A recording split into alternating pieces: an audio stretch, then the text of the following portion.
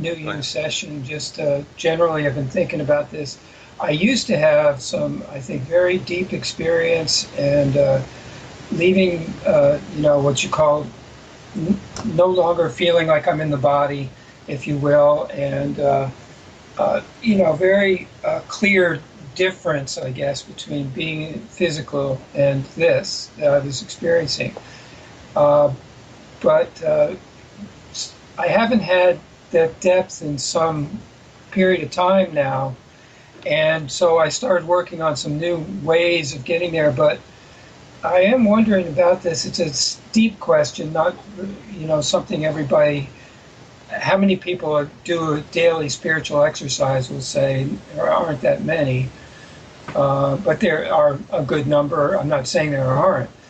My main thing is I'm saying, though, it's almost like not a trance state, but a alternate, where you really feel like I'm somewhere and experiencing. We'll call it that. I'm not just here. I'm in the physical or in my mind.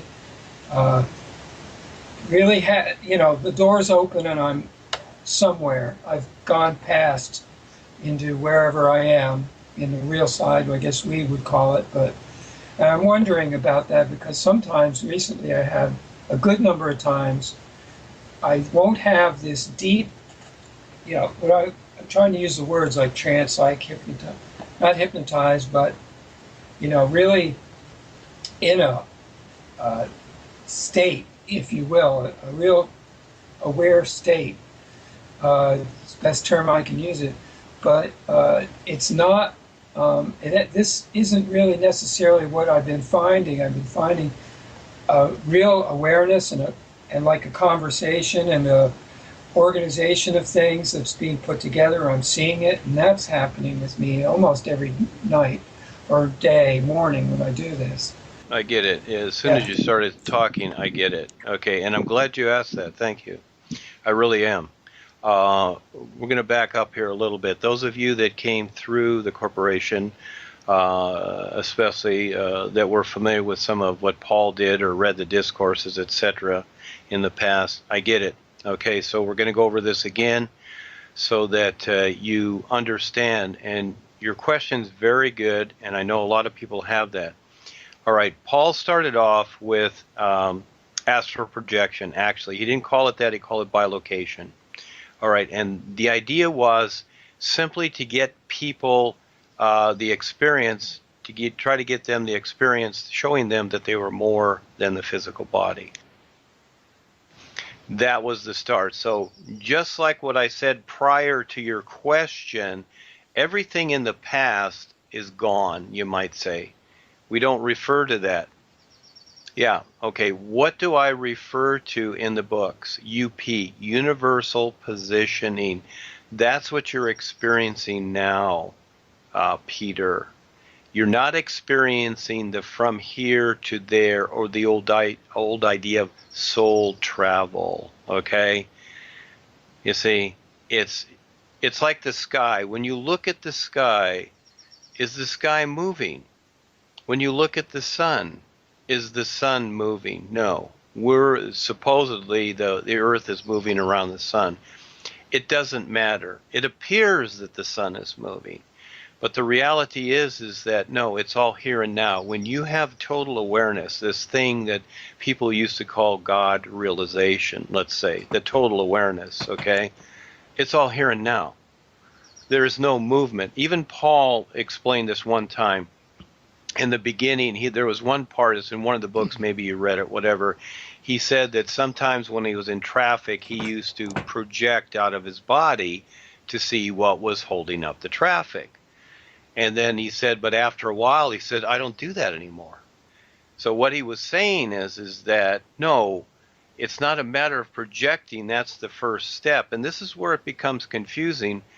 People go, they look at the baby steps, and then they usually go back to that. They refer to that. And see, this is where, Harold got stuck. He should have expanded, but he doesn't have the awareness to do that. See, there's as you read the new book too, you're going to see what's really going on here. There's a much bigger picture then, and I'm not going to tell it all yet, but this is all a setup. There's something else going on here that the world doesn't know, but I will tell it in book 2. Okay, you're gonna be surprised. So anyhow, no, those are the old ideas. No, you just be now, okay, and you be aware now. That's the whole idea. You learn to. That's the whole idea of recognition and perceiving. It's not a matter of getting anywhere. It's recognition. Look at the world out there. Look at the world rebelling. The world is rebelling. People are banging on the doors of Congress and the different governments of the world saying, we want freedom. You know, we're tired of this, whatever. It's a position of here to there. In other words, they really don't see what they're doing, just like the people like we were talking about at the, at the caucuses and the political rallies and all this stuff. They don't see what they're doing, and that is that they're begging for implied freedom. The only real freedom that they'll ever have is the one that they recognize with themselves. And so, yes, I do like the movie Braveheart with Mel Gibson, but at the same time, you don't have to go out and battle the world and say, oh, gee, I want freedom. No, that's not it. That's the illusion. It's not outside of yourself. It's a recognition. That's UP. That's universal positioning, you see? That's what I've recognized. I've recognized this to where, Harold and Darwin, they did not. All these people and these masters in the world, they don't recognize this. Their thing is a matter of their astral worlds and their astral heavens. It's a place they're going to go to. No, the whole of life is all. It is the allness of life. It's very, very interesting that in 2001, I was to show the world the is. And then in 07, the new wave comes in. It becomes the all is. It's the all. And Ava and I were talking about this. You look at the word Allah. There's the all in there. You look at hallelujah. There's the all in there. It's all hidden in there. It's the allness of life. There's no movement with the allness of life. Is the isness of life moving anywhere? No. We only have movement. We only have this idea of accomplishing something in the position we're in here with the lower 5 bodies. Again, this is where you separate the two. No, you're in the bigger picture now. And this is where, for the most part, most people do not recognize this. And I'm going to refer again to Chris's experience. This was his experience on the real side with Harold. And Chris and I were, and Chris was given this experience purposely. And that is that I was sitting on a bench talking to Chris, and Harold walked up, and Harold says, who are you talking to? In other words, Harold does not have the recognition of me and what I'm doing. He cannot see it. So again, it's a recognition. Focus on that. And then when you have that recognition, it's perceiving it. So it's not even a matter of the real side experiences. The real side experiences provide a validation, is what they do. Yes, they do. But if you don't have them, that's okay. You can have. So you have it, Peter. You do have it. It's just that your mind, the literal side, there's 2 parts to yourself. There's the real awareness, and then you have the literal creative side. That's the 2 parts in your body, the 2 sides of the mind that you have to deal with also. That part has been brought up through the process here, and that part, you're questioning that part is what you're doing. You're looking at that literal side of yourself and saying, well, gee, this is what it was. Why isn't it still that? You see? That's what you're doing. But when you forget that, and you just see what you're recognizing now, then you see, like children. See, adults do this, but children don't. Because you see, children don't have that conditioned part yet. So they're okay. They just do what they do. They kind of just like go do things, you see. But adults, they're always trying to figure themselves out because they're always looking at their literal side that they've developed, etc., and according to the world that they're living in, which makes sense. So again, as we go through this process here to make sense of all of it, yeah, it is not easy because life is big. But now you're into a position that's totally invisible, okay, with this true reality, this all aliveness. But as you become more familiar, this is where I use the word perceive, okay? I created my own word of perceive because this is your relationship with this all aliveness. It's like a relationship that you have here with somebody, and then all of a sudden you really recognize how you really truly love them. You see, it goes in steps. So that's where you are now, Peter. You've surpassed what your mind can recognize. But you have to decide how you will accept that, agree to it, and recognize it for you. You see?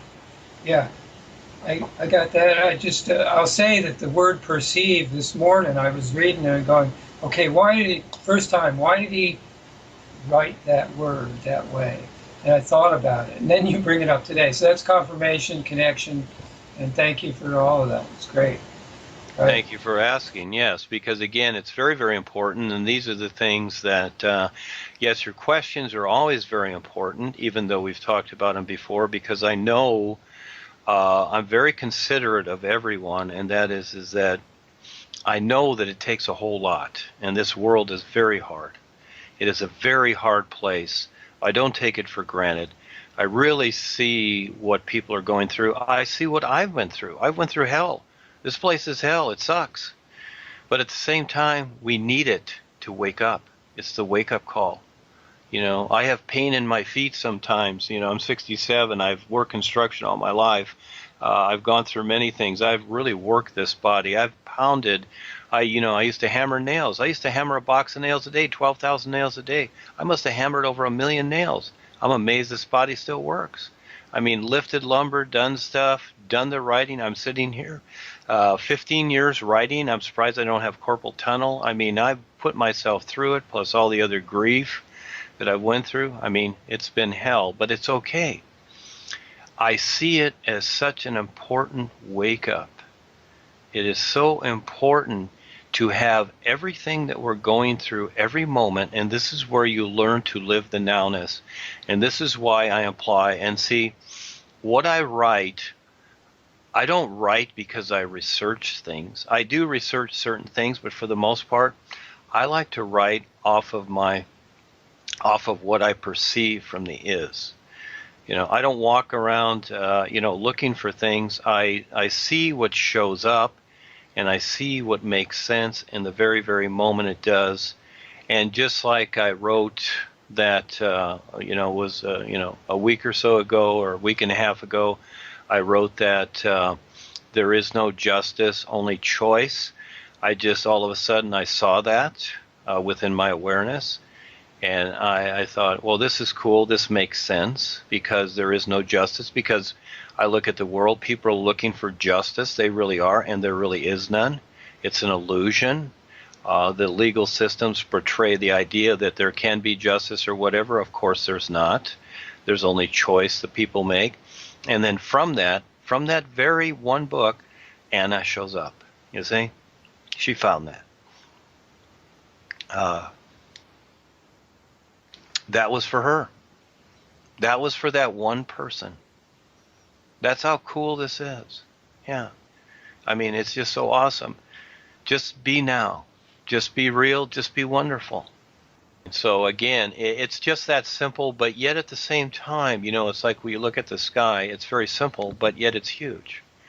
As we're on the earth, there's the complexity to it. So, it's not just, we just love everything. God is love and whatever. Yeah, that is the idea, but we don't look to the gods of man, of course. We know who they are. But at the same time, yes, all life is that. It is an isness, and it's whatever you want it to be. But at the same time, while we're here, we're in a very complex situation. We see the world as very complex. Our body is very complex. Look at all the things it takes to keep it going. So you learn to see all of it, but at the same time, the big picture. So, to put all this together is huge. So always give yourself time. And what's so cool about it is there's no end. It only gets better.